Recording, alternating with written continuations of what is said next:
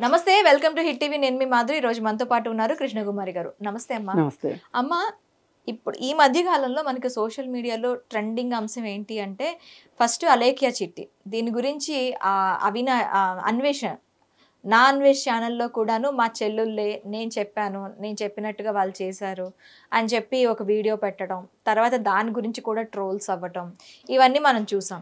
ఇప్పుడు ఏంటంటే ఆ అమ్మాయి మమ్మల్ని గొర్రె బిడ్డలు అంటున్నారు, మా నాన్నగారు సమాధి ఫోటో తీసి ఆ సమాధి ఫోటోని కూడా ట్రోల్ చేస్తున్నారు, మాది ఏ మతం అయితే మీకెందుకు అన్న దీంట్లో సోషల్ మీడియాలో మళ్ళీ ఒక వీడియోతో వచ్చింది. ఇది నిజంగా జరిగిందా? జరిగితే ఓకే, అసలు దీనికి ఎండ్ కార్డ్ ఏంటి? ఇది చాలా దారుణం. మతం అనేది ఒక పర్సనల్ చాయిస్, రాజ్యాంగమే చెప్పింది. అవును, ఎవరికైనా నచ్చే మతాన్ని వాళ్ళు కొలుసుకోవచ్చు. అలాగే ఏ మతం లేకుండా ఉండే హక్కు కూడా ఉంది. అవును, ఇప్పుడు నేను ఏ మతాన్ని నమ్మను, నాకేమి నేను మతాన్ని నమ్మకపోవటం వల్ల నాకేమి హక్కులు పోలేదుగా, కొత్తగా హక్కులు రాలేదు కదా. అలాగే ఇప్పుడు మీరు హిందూ అయితే మీరు హిందూ దేవుడిని నమ్ముతారు, ఇంకోళ్ళు ముస్లింని.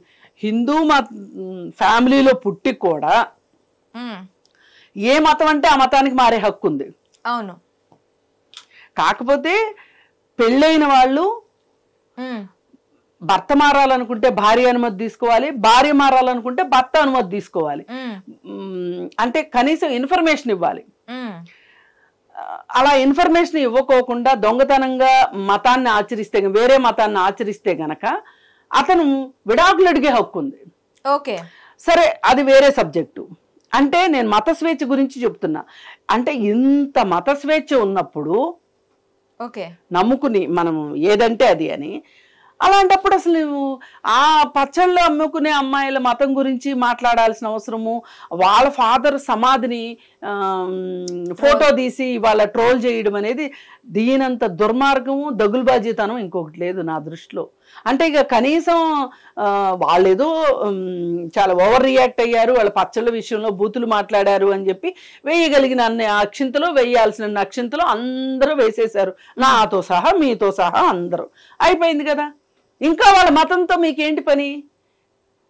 వాళ్ళని అసలు గొర్రెలు, క్రిస్టియన్ మతం తీసుకున్న వాళ్ళని గొర్రెలు అనడం చాలా దుర్మార్గమైన విషయం. ఇది కించిపరచడం అనమాట. అసలు ఇవాళ ఏ మతం కంటే గొప్పది కాదు, ఏ మతం కంటే ఎక్కువ కాదు. అవును, అన్ని మతాలు సమానమే. అన్ని మతాలు చెప్పేది నువ్వు ఎలా జీవించాలి అనేది మత సారాంశం అదే.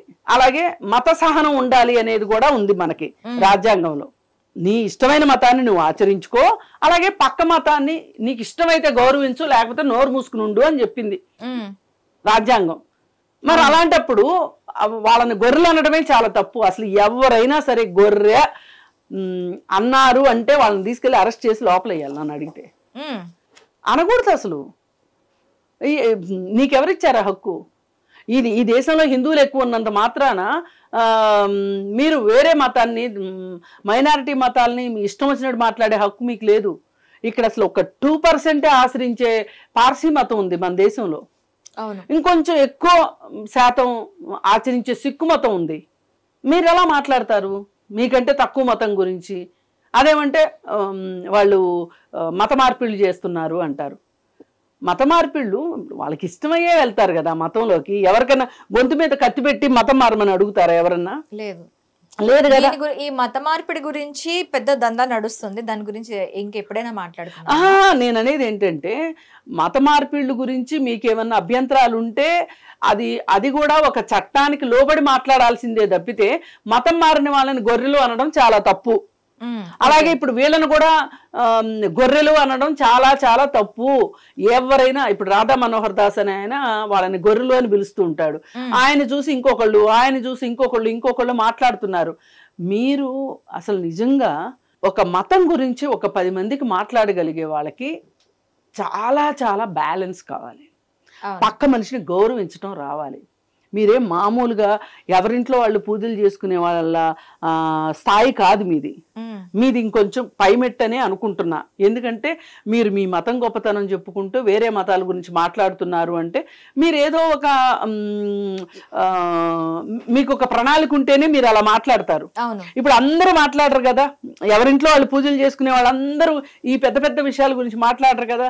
మీరు మాట్లాడుతున్నారు అంటే మీకు కాస్త జ్ఞానం అయినా ఉండాలి, బాధ్యత ఉండాలి, అలాగే చట్టాలు కూడా ఉన్నాయని గుర్తుపెట్టుకోవాలి. ఎన్నిటికంటే సాటి మనిషిని గౌరవించే లక్షణం ఉండాలి మీకు. అలా గొర్రెలని మీరు ఎట్లా అంటారు? అందుకే నేను అంటున్నా చాలా సీరియస్గా, ఇది చాలా అబ్జెక్షనబుల్ మాట గొర్రెలు అనడము. ఇలా అనే వాళ్ళని ఖచ్చితంగా ప్రశ్నించి తీరాలి ఒకటి. రెండోది, ఇప్పుడు ఆ అమ్మాయి వచ్చి ఇప్పుడు బయటకు వచ్చి మేము అలా మాట్లాడాల్సి ఉండింది కాదు, మేము పొరపాటు చేసాము, అయిపోయింది అని చెప్పి వాళ్ళు ఒక కన్ఫెషన్ ఇది ఇచ్చేశారు. ఇంకా ఆ రోజు నుంచి నేను కూడా ఇంకా వాళ్ళ గురించి పదే పదే మాట్లాడి ఏంట్లా మనం చెప్పాలనుకున్నా చెప్పాం. అమ్మ, కస్టమర్స్ తోటి మాట్లాడే విధానం ఇది కాదు, ఇది పద్ధతి కాదు, మీరు కాస్త నోరును ఒళ్ళు దగ్గర పెట్టుకోవాలి అని చెప్పి మాట్లాడాం, అయిపోయింది. సరే, వాళ్ళు చెప్పదలుచుకుంది వాళ్ళు చెప్పుకున్నారు. ఇవాళ నష్టం ఏదన్నా ఉంటే వాళ్ళకే జరిగింది. అవును,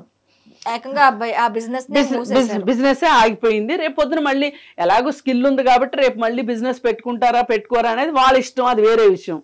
అయితే ఇప్పుడు వాళ్ళ నాన్న వేరే మతం, క్రిస్టియన్ మతాన్ని ఆచరించాడు, అతని దహన సంస్కారాలు ఆ విధంగా చేశారు, లాస్ట్ రైట్స్ అని చెప్పి ఆయన సమాధిని తీసుకొచ్చి ఇవాళ సోషల్ మీడియాలో పెట్టడం అనేది వాళ్ళ వ్యక్తిగతమైన హక్కుకి భంగం కలిగించినట్లు.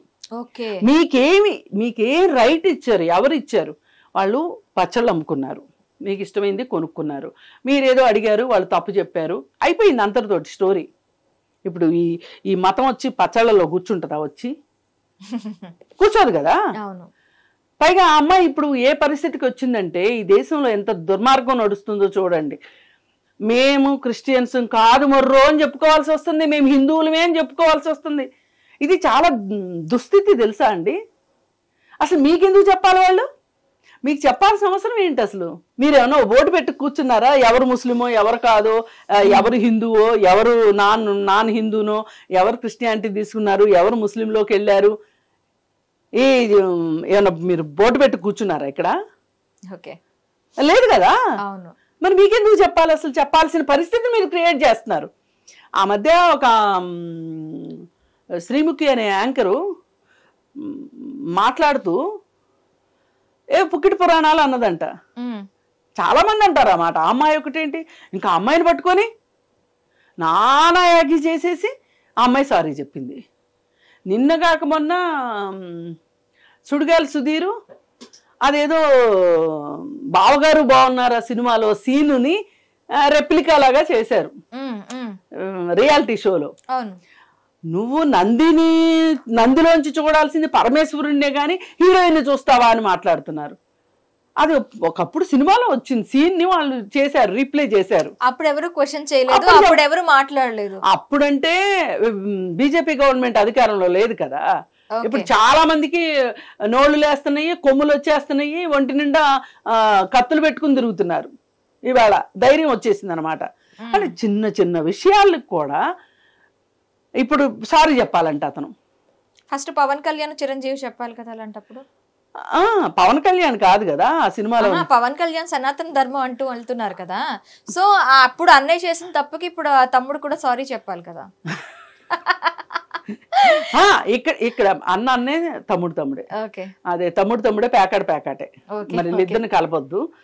ఏదన్నా చెప్తే చిరంజీవి చెప్పాలి. అయినా వీళ్ళ బుద్ధి అరికాల్లో ఉందనే, మోకాల్లో ఉందో అరికాల్లో ఉందో అర్థం కావట్లా. అసలు ఇప్పుడు ఆ సినిమాలో అదంతా స్క్రీన్ ప్లే అంతా వేరే వాళ్ళు రాస్తారు. సుడిగాలి సుధీర్ అనేవాడు ఓన్లీ యాక్ట్ చేస్తాడు అంతే. సుడిగాలి సుధీర్ నేను యాక్ట్ చేయను అన్నాడు అనుకో, ఇంకో గన్నాగాన్ని తీసుకొచ్చి పెడతారు. అవును, వాడు చూస్తాడు. ఆ గన్నయ్య గారు ఎవరికి తెలియదు కదా, సుడిగాలి సుధీర్ తెలుసు, అందరికి తెలుసు, సుడిగాలి సుధీర్ అంటాము. ఇప్పుడు హిందువులు అవునన్నా కాదన్నా ఈ దేశంలో మెజారిటీ మతము హిందూ మతం అయినంత మాత్రాన మీరు ఒంటి నిండా కత్తులు పెట్టుకుని తిరుగుతాను అంటే కుదరదు. వేరే మతాల మీదకి మీరు దౌడు తీస్తానంటే కుదరదు. రైడ్ చేస్తానంటే కుదరదు.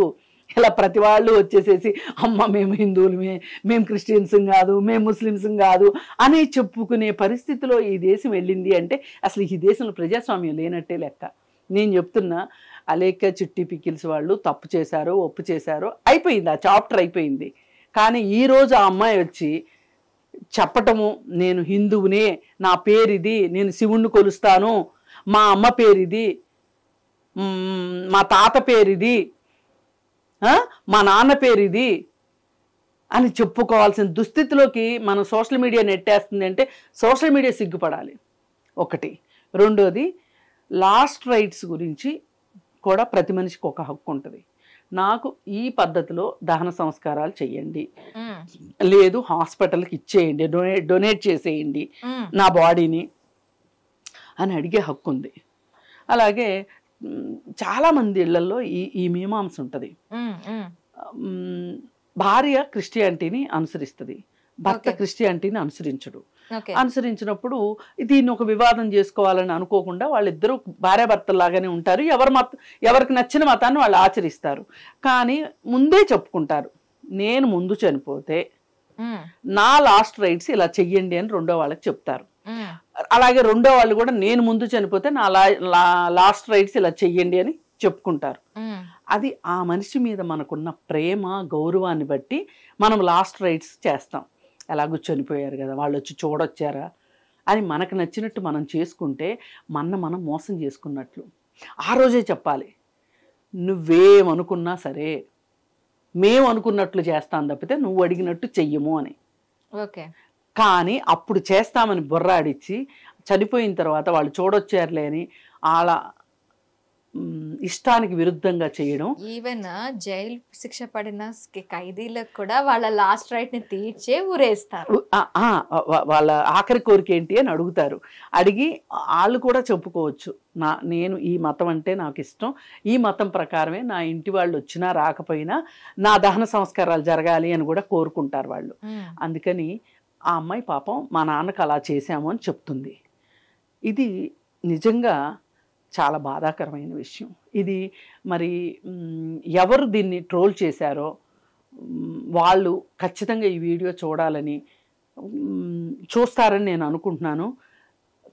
ఏమాత్రమైనా మీరు మనుషులైతే గనక ఇంకెవ్వరిని ఇలా ఇబ్బంది పెట్టద్దు. ఇలా మానసికంగా నిజంగా వాళ్ళని మానసికంగా హింస పెడుతున్నట్టు, చిత్రవద చేస్తున్నట్టు లెక్క. నిజంగా దేశంలో సమస్యలు లేవా? ఇంతకంటే దారుణాలు చేసిన వాళ్ళు లేరా? అసలు నన్ను అడిగితే నా అన్వేషణ కాడు చేసినంత దారుణము ఆడవాళ్ళని అగౌరవపరిచేటట్లు చెయ్యడము వాడు చేసినంత ఎవరూ చేయట్లే. వాడు కూడా వీళ్ళని ఏం వదిలిపెట్టలా. నా చెల్లెళ్ళు అంటానే పత్తులు పువ్వులు అని చెప్పి మనిషికో పువ్వు పేరు పెట్టి మాట్లాడాడు. మల్లి పువ్వు, కనకాంబరం, సన్నజాజి అని. ఎవడన్నా నా చెల్లెళ్ళు అనే వాళ్ళని పువ్వుల పేరు పెట్టి పిలుస్తారండి? అసలు వాడి బుర్ర ఎంత చెడిపోయిందో. అంటే పురుగులు పట్టి నాకైతే వాడి మొహం చూస్తే పురుగులు కనిపిస్తున్నాయి, మొహం కనిపించట్లే. దేశ పర్యటన చేసి తిరిగి ఉన్న బుర్రపోయి. అందుకని ఏదైనా అర్థం చేసుకోండి. మత స్వేచ్ఛ గురించి మీకు తెలియకపోతే నన్ను అడిగి తెలుసుకోండి తప్పితే వేరే వాళ్ళని ఇలా కించపరచడం మట్టు కరెక్ట్ కాదు. Okay, thank you. Hit TV app, ఇందులో short news, live news, entertainment shows, movies, digital magazines తో పాటు మీ జిల్లా వార్తలను కూడా ఫ్రీగా చూడొచ్చు.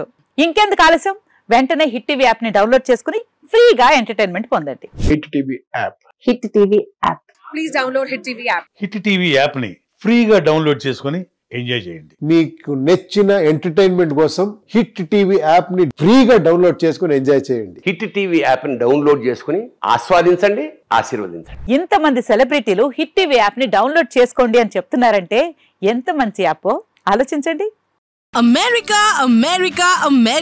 అమెరికాలో చదవాలనుకునే వాళ్ళకి విశ్వసనీయమైన పేరు మన శౌర్య కన్సల్టెన్సీ.